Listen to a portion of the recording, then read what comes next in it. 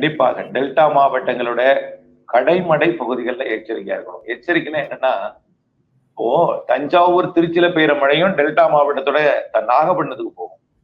அதே போல திருவாரூரோட கடைமடைக்கு போகும். அதே போல தஞ்சாவூர் மாவட்டத்தோட பேராவூரணி உள்ளிட்ட கடைமடை பகுதிகளுக்கு போகும்போது, அப்போ கடைமடை பகுதியில் இருக்கக்கூடிய பகுதிகள் இருக்கக்கூடிய தாழ்வான பகுதிகளுக்கு கொஞ்சம் வெள்ளம் சூழும் கண்டிப்பா.